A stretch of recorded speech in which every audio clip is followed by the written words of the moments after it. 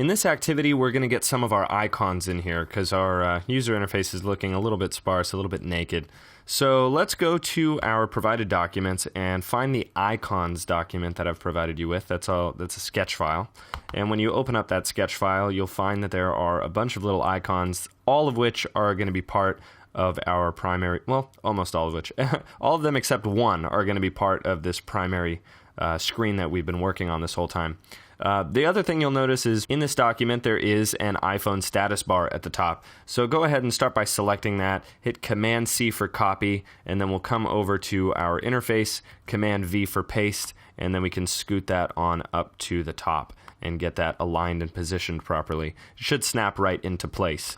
Now let's head back over to our icons document, select all of these icons except the one that looks like an album, like a CD, and hit Command-C for copy, and we'll go over to our interface, hit Command-V for paste, and I'm actually going to position these outside of my artboard, and I'm going to bring them in as I need them. And as I need them is technically right now. So I'm going to click away to deselect, and I'm going to start by bringing my play pause button over to the middle of my large button at the bottom of my interface. We might want to make that a little bit smaller. I'm going to hold Shift and Option. That'll constrain proportions and scale it down from the center because I had already centered it up. And now these two icons are obviously too big. I'm going to select both of them. I'm going to hold Shift and I'm going to scale them down right now. And you'll notice that Sketch is trying to snap to these other objects here. So snapping is being a bit of a nuisance for me. So I'm going to go back up to View, and I'm going to temporarily turn off those smart guides. I'm going to choose Hide Smart Guides, and now it's going to scale smoothly. We are going to turn those smart guides right back on again, but just for the time being, I want to make sure that they're not getting in my way. So now I'm going to line up one of these icons, and the reason I'm doing it this way is that if this one's not the right size, I still have them both selected, and I can still scale them together so that way they don't become out of whack with one another. So now I think I can go to View and turn my smart guides back on again, and I'll position my second icon on the button, and I can use the Option key to make sure that it's lined up properly. Personally, I would like to push it a little bit further to the direction that it's pointing, so I'm going to have it 34 pixels from the edge. And again, with an object selected, we can hold the Option key and move our cursor on top of another object, like the circle here, and that gives us our spacing. It gives us a measurement of our spacing. So I'm doing 34 from the edge over here, and I've got 34 from the edge over here, which was actually just kind of luck. So now I'm going to go and grab these other icons, and I'm going to drag them into the interface. These should be the same size as one another, but they're not the same shape as one another. You can see that they're approximately the same width, but they're not the same height. That's okay. They're not the same shape. They're not supposed to be the same shape. But I am going to select both of them and make them smaller. And again, I'm having that snapping issue. And for those of you who find yourselves turning these guides on and off over and over and over again, that's normal. That's just something to kind of get used to in Sketch. So I'm going to turn these guides off. I'm going to make this smaller, and I'm ready to move these in to my interface here. And these are the wrong color. These are going to have to be filled with white. So I'm going to go over to my fill, change it to white, and I'm going to deselect, and I'm going to move this guy over. Now I do want these to be the same height from the bar at the bottom, and I do want them to be the same width from the edge. More importantly, the same width from the edge, because like I said, they are not the same height as one another. They're different shapes. So what I'm going to do is select them both, and I'm going to choose in the very top right corner of the inspector here, align vertically, so that way they're centered up with one another. As long as they're centered up with one another, it doesn't matter that they're two different sizes and shapes, but it does still matter that they're the same distance from the edge. So I'm going to click on this guy, hold Option, that is 78 pixels from the edge. I'm going to go down to 70. And this guy over here, let's see where it's at.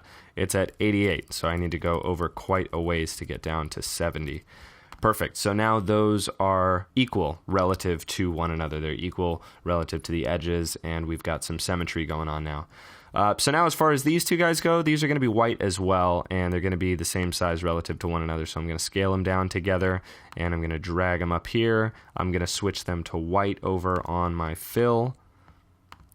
And now I'm going to click away to deselect and drag this guy over to the right.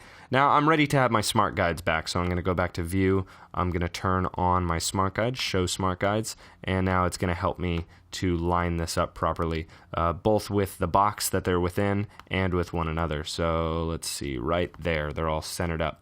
Good, that's looking good. Now as far as my edge spacing goes, I'll use the Option key, and I'll probably go, I'll do 45. We'll say 45. And then this guy, let's make it the same 45.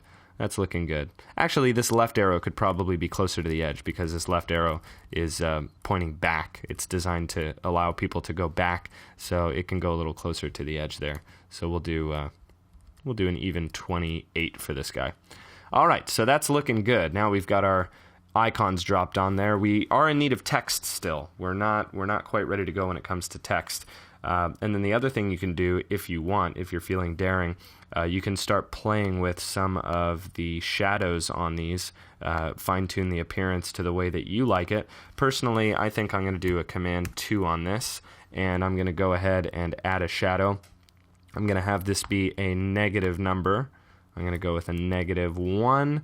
I'm going to get my blur turned all the way down, and that might look funny from here because we're zoomed way in, but if we zoom out, it kind of makes the button look a little bit three-dimensional. It looks like it's inset, and you can use Command 1 to view your entire user interface, and again, Command 2 will zoom in on the selected shape. So I am going to turn the opacity of this down. It's a little bit strong.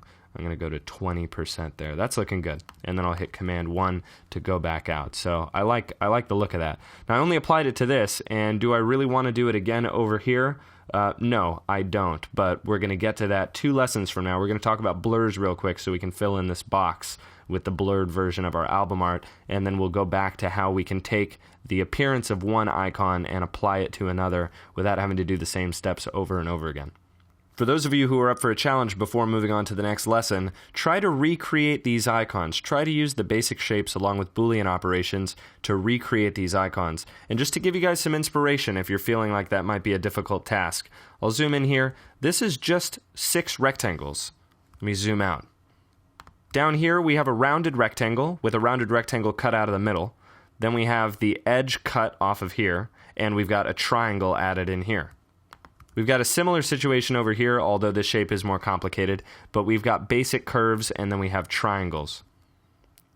Down here we've got 2 rectangles, and just to the right and the left we've got 2 triangles. So it shouldn't be too hard to use Boolean operations in the basic shapes to create these icons, to recreate these icons. If you're up for a challenge, go for it.